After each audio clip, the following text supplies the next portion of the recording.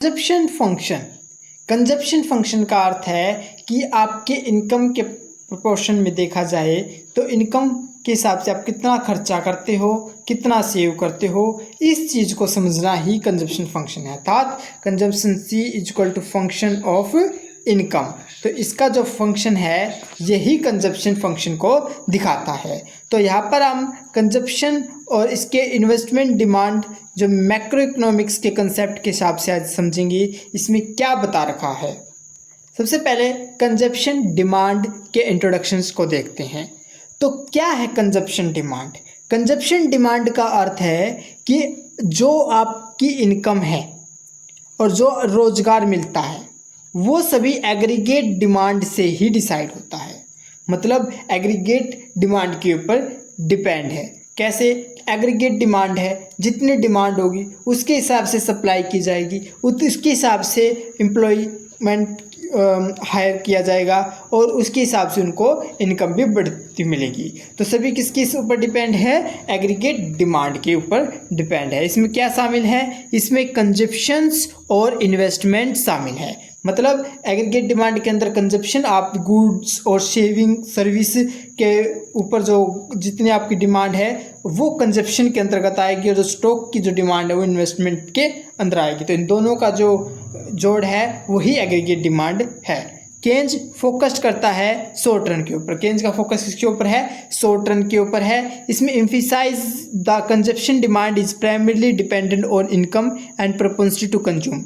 और जो एक कंजप्शन डिमांड है, ये जो कंजप्शन डिमांड है ये किसके ऊपर डिपेंड है? ये डिपेंड है आपकी इनकम के ऊपर। आपकी जो इनकम है उसके हिसाब से ही तो डिमांड की जाएगी। अगर इनकम ज़्यादा है तो हम ज़्यादा से ज़्यादा गुड्स और सर्विस और इन्वेस्टमेंट इनमें करेंगे, अपने रुपयों को लगाएंगे। और साथ में ये भी देखा जाता है कि हम कंज्यूम करने की जो प्रोपेंसिटी है वो कितनी है। अब हो सकता है कि हमारी इनकम बढ़ रही है लेकिन हमारी जो प्रोपेंसिटी टू कंज्यूम है हम वो नहीं कर रहे, इतनी इनकम कंज्यूम नहीं कर रहे। तो ये भी चीज़ भी मेन रखती है प्रोपेंसिटी टू कंज्यूम। तो यहाँ पर क्या समझा कि एग्रीगेट जो डिमांड है वो डिटरमाइंड होती है इनकम और एम्प्लॉयमेंट को डिटरमाइन करती है। केन्ज का फोकस जो है वो शॉर्ट रन एनालाइज के ऊपर फोकस है और ये एग्जिस्टिंग प्रोडक्टिव कैपेसिटी के ऊपर बेस है।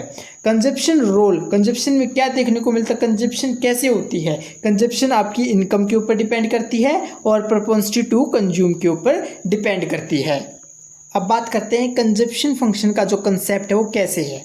सीधे सामने समझा, कंजप्शन है वो फंक्शन है किसका? इनकम का। फंक्शन किसका है? इनकम का। और यही रिलेशनशिप दिखाता है तो इसे ही हम क्या कहते हैं? कंजप्शन फंक्शन कहते हैं। जैसे आपकी इनकम राइज होगी, आपकी जो इनकम ये बढ़ेगी तो आपका जो कंजप्शन है ऑटोमेटिकली क्या होगा? ये बढ़ेगा, कंजप्शन भी बढ़ेगा। परंतु हमेशा ये सेम मैग्नीट्यूड पे नहीं होगा। जैसे 500 है, 500 से 1000 हो गई आपकी पेमेंट है, इनकम ज़्यादा हो गई। लेकिन क्या है, आपने यहाँ पर जितना कंजप्शन किया था उस लेवल का कंजप्शन आपकी जब 1000 से 1500 इनकम होगी तो उस हिसाब से इनकम आप नहीं करोगे। उस हिसाब से इनकम नहीं करोगे क्योंकि आपकी जो ज़रूरतें हैं शायद इतने में पूरी हो गई हो, अब ज़्यादा ज़रूरत आप नहीं कर रहे हो, तो वहाँ पर आपकी जो सेम मैग्नीट्यूड नहीं होगा आपके कंजप्शन में, आपका कंजप्शन ज़्यादा नहीं बढ़ेगा। इस थ्योरी को हम जो कोर है किसकी टेनेट किसका सिद्धांत है? ये केन्जियन इकोनॉमिक्स का मूलभूत सिद्धांत के तौर पर इसको देखा जाता है। यहाँ पर देखा गया है कि अगर देखो आपकी 100 करोड़ इंक्रीज हो जाती है तो आप 70 करोड़ तो आप कहाँ पर इंक्रीज लगा दे रहे हो? कंजप्शन के ऊपर लगा रहे हो और इसमें से बचा 30 करोड़ वो आप सेव कर ले रहे हो। तो इस तरह की कंजप्शन फंक्शन में स्थिति को देखने को मिलता है। अब बात करते हैं कंजप्शन फंक्शन लीनियर और किसका? केन्जियन का। तो केन्जियन लीनियर कंजप्शन फंक्शन में हम जो मेन फंक्शन है लीनियर वो c equal to a plus B Y. तो यहाँ पर जो a है ना, a वो ऑटोनोमस कंजप्शन है। ऑटोनोमस कंजप्शन का मतलब होता है कि जब आपकी इनकम जीरो होती है उस टाइम पर भी आप कुछ ना कुछ कंज्यूम कर रहे होते हो। बिना कंज्यूम किए इंसान जीवित नहीं रह सकता, तो उसकी चाहे इनकम जीरो ही क्यों हो वो कुछ ना कुछ कंजप्शन करता है, उसे ऑटोनोमस कंजप्शन कहते हैं। साथ में जब उसकी इनकम आने लगती है तो अब उसकी इनकम उसके हिसाब से चेंज होने लगती है उसके कंजप्शन के स्तर को, तो उसको कहते हैं marginal propensity to consume, MPC, जिसे B से डिनोट किया गया है। और ये फंक्शन जो टाइपिकली क्या है, एक स्ट्रेट लाइन के द्वारा दिखाई जाती है जो कांस्टेंट MPC को दिखाता है। तो ये देख सकते हैं हम, इसकी जो की करेक्टरिस्टिक्स हैं इसमें C = A + BY, consumption C as a function of income Y। तो जैसे कि हम समझते हैं कि जो कंजप्शन है वो क्या है, फंक्शन ऑफ इनकम का है।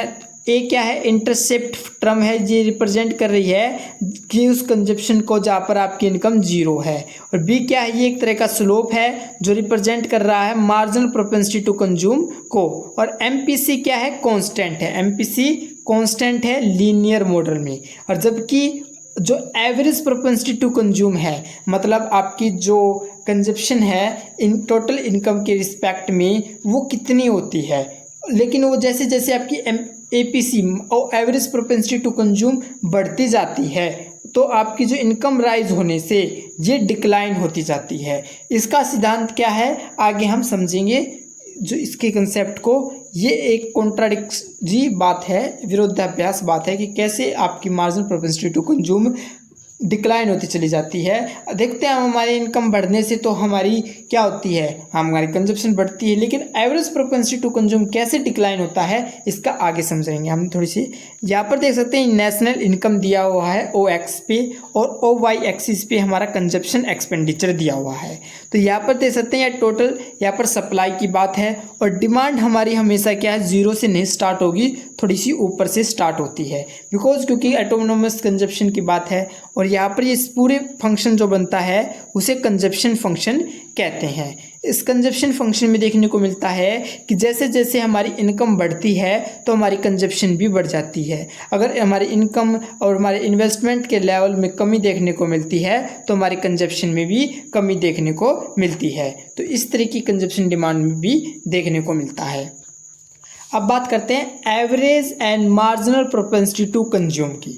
एवरेज, ये दो कंसेप्ट हैं, क्रूशियल हैं, जो हम कंजप्शन चेंज विद इनकम के हिसाब से समझने में हमें मदद करती है। मतलब जब इनकम में चेंज होता है तो कंजप्शन में कैसे चेंज देखने को मिलता है, इसको समझने में मदद करती है। एक तो APC मतलब average propensity to consume. APC क्या होती है, APC का मतलब होता है कि जो कंजप्शन है उसके रिस्पेक्ट में इनकम के कंजप्शन चेंज होता है इनकम के रिस्पेक्ट में। अगर इन कंजप्शन में कुछ चेंज होता है तो इनकम में जब कुछ उसके किसके रिस्पेक्ट में, इनकम के चेंज होने के रिस्पेक्ट में, तो उसे MPC कह दिया जाता है। मतलब अगर टोटल इनकम के कारण कंजप्शन में जो देखने को मिलता है वो APC, और इनकम में चेंज होने के कारण जो कंजप्शन में जो चेंज देखने को मिलता है वो MPC, marginal propensity to consume. जो ये रेशो है APC वाला, इसमें total consumption to total income, it is generally क्या होती है, आपकी इनकम इसमें राइज होती जाती है तो APC डिक्लाइन होता चला जाता है। और जबकि MPC में क्या होता है, यहाँ पर हम देख सकते हैं कि आपके change in income with respect किसके, कंजप्शन चेंज होता है। तो ये रेशो है change in consumption to change in income. Typically ये लीनियर कंजप्शन में कांस्टेंट रहता है, but non linear consumption function के अंदर ये डिक्लाइन होने लगता है। अब बात यहाँ पर इनकम की बात की जा रही है तो इसमें इनकम जो ली गई है वो डिस्पोजेबल इनकम है। डिस्पोजेबल इनकम क्या होती है, डिस्पोजेबल इनकम का अर्थ होता है कि जो टैक्स को हटा के हम देख सकते हैं जो टैक्स हम देना है उसको तो हम कंज्यूम नहीं कर सकते, वो तो गवर्नमेंट के पास जाएगा। तो जब उस टैक्स को हटा दिया जाता है वही इनकम बचती है जिसे डिस्पोजेबल इनकम कहते हैं, वही उसी इनकम के थ्रू हम कंजप्शन करते हैं। यहाँ पर दिखाया भी गया है कि हमारा जो इनकम है वो कंजप्शन और साथ में ऐसे यहाँ पर सेविंग में चला जाता है। अब बात करते हैं सेविंग फंक्शन की। सेविंग फंक्शन में क्या होता है, सेविंग फंक्शन में जो आपके पास जो डिस्पोजेबल इनकम है उसका रोल देखने को मिलता है। डिस्पोजेबल इनकम जो क्या होती है कि जो आपकी इनकम ये जो सेविंग द पोर्शन, इसमें जो आपकी डिस्पोजेबल इनकम है उसके महज से, उसके अंदर से हम किसको निकालेंगे, जितना हमने कंजप्शन किया है। जब हम जितना आप कंजप्शन कर लेते हैं तो उसके बाद भी हमारे पास कुछ बच जाता है तो उसको हम क्या करते हैं, सेविंग कर देते हैं। तो उसी सेविंग का स्तर को हम सेविंग फंक्शन के थ्रू देखते हैं। यहाँ पर इसकी दो कंसेप्ट देखने को मिलता है, एक तो एपीएस और एक एमपीएस। एपीएस में होता है कि जो टोटल इनकम है उसके हिसाब से जितना हम खर्च करने के बाद जितना हमारे पास सेविंग बचती है तो उसको एपीसी के थ्रू दिखाया जाता है। ये प्रोपोर्शन है डिस्पोजेबल इनकम का जो सेव की गई है। APC fall with rising income. APC क्या होती है, तो वो तो गिरती रहती है आपकी इनकम के साथ। अगर देखो एपीसी क्या है, एवरेज प्रोपेंसिटी टू कंज्यूम, वो गिरती रहती है अगर आपकी इनकम बढ़ती है। लेकिन जो APC average propensity to save, ये क्या होती है, आपकी इनकम बढ़ती रहेगी तो वो क्या होगा, वो आपकी इंक्रीज होगी, आपकी सेविंग बढ़ेगी, लेकिन आपकी जो कंज्यूम करने की क्षमता है वो कम होती चली जाएगी। जैसे जैसे आप कमाना ज़्यादा स्टार्ट कर देते हो तो आप क्या करते हो, आप सेविंग की तरफ आप ज़्यादा जाते हो बजाय कि कंजप्शन करने की जगह। मार्जिनल प्रोपेंसिटी टू सेव क्या है, इसमें जो जितना भी आपकी जो सेव में चेंज होता है with respect to change in income, आपके इनकम में जो चेंज हो रहा है उसके कारण जो सेविंग भी ज़्यादा चेंज होगी। तो जो सेव है वो induced by the change in disposable income, तो ये डिस्पोजेबल इनकम के कारण इस फैक्ट में देखने को मिलता है। क्रूशियली देखा जाता है कि जो हम दोनों का लेंगे, जब MPC marginal propensity to consume और मार्जिनल प्रोपेंसिटी सेविंग लेते हैं तो इक्वल टू 1 के बराबर होता है। ये एडिशनली इनकम है जो आइदर कंज्यूम्ड या सेव की जाती है। इस प्रोपोर्शन में हम देख सकते हैं कि यहाँ पर डिस्पोजेबल इनकम है, यहाँ पर कंजप्शन है। एक टाइम तक तो हम सेविंग नहीं कर रहे क्योंकि हम अपने कंजप्शन, अपनी आवश्यकताओं को पूरा कर रहे हैं, लेकिन एक टाइम के बाद जब हमारे पास ज़्यादा इनकम आने लगती है तो उस टाइम पे हम सेव करना स्टार्ट कर देते हैं। अब बात करते हैं केन्ज की जो थ्योरी है कंजप्शन के प्रति, वो क्या है। इन्होंने एक एब्सोल्यूट इनकम थ्योरी दी है जो केन्जियन थ्योरी की कंजप्शन थ्योरी के नाम से जानी जाती है। ये तो दिखाती है करंट इनकम को, आपकी जो आज के टाइम पे करंट इनकम है उस टाइम पे आप उस इनकम से आप कितना एक्सपेंडिचर, कितना खर्चा कर सकते हो, उस चीज़ को मुख्य रूप से ये डिटरमाइंड करती है। केन्ज हमेशा शॉर्ट टर्म और हमेशा जो करंट स्थिति है उसके ऊपर ही बात करता है, ज़्यादा ना तो पास्ट में जाता है ना ही फ्यूचर में जाता। जो करंट की बात है उसके ऊपर ज़्यादा फोकस रखता है केन्ज। तो करंट इनकम के ऊपर फोकस ज़्यादा रहती है। कंजप्शन जो डिपेंड है वो मेनली जो एब्सोल्यूट साइज़ है करंट इनकम की है, जो आपकी एब्सोल्यूट साइज़ है आपकी करंट इनकम का। जैसे आप 50,000 कमाते हो, 30,000 कमाते हो, तो उसके हिसाब से जो आपकी कंजप्शन है वो दिखाई गई इसमें। साइकोलॉजिकल लो, अब आपकी 30,000 से 50,000 आपकी इनकम में बदलाव देखने को मिलता है तो क्या होगा, जैसे ही आपकी इनकम में बदलाव देखने को मिल रहा है उसी हिसाब से आपकी कंजप्शन में भी बदलाव देखने को मिलता है। लेकिन ये हमेशा 0 से 1 के बीच ही रहती है, इसके स्तर को देखा जाता है।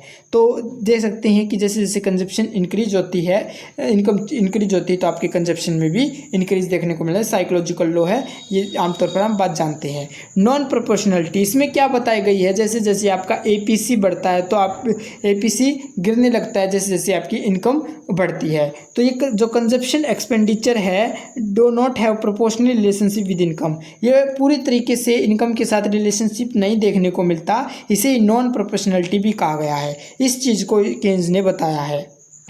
अब बात करते हैं कंजप्शन फंक्शन पजल। इसमें क्या बताई गई है, जो हम बात करके आए हैं APC average propensity to consume, जैसे जैसे हमारी टोटल इनकम बढ़ती है लेकिन एपीसी वो हमारा गिरता चला जाता है, उसके स्तर को चेक करने के लिए इस प्रकार की पजल प्रॉब्लम देखने को मिलती है। इस पजल का नाम है कंजप्शन फंक्शन पजल, और ये क्या करती है, ये हाईलाइट करती है केन्ज के शॉर्ट रन कंजप्शन फंक्शन को और कुजेंट के लॉन्ग रन इंफिशियल फाइंडिंग को। तो दोनों की स्थिति से हम समझते हैं कैसे एपीसी डिक्लाइन होती हुई दिखाई देती है।